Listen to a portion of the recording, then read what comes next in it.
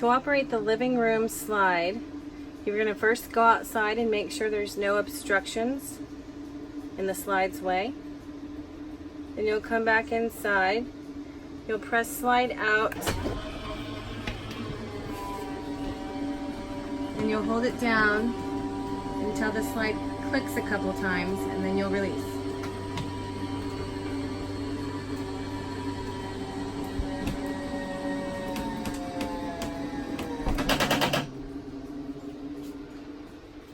To pull the slide in, make sure there's no obstructions in the way on the floor.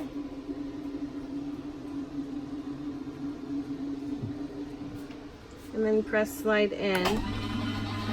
Again, hold it in until it clicks a couple times, then let go.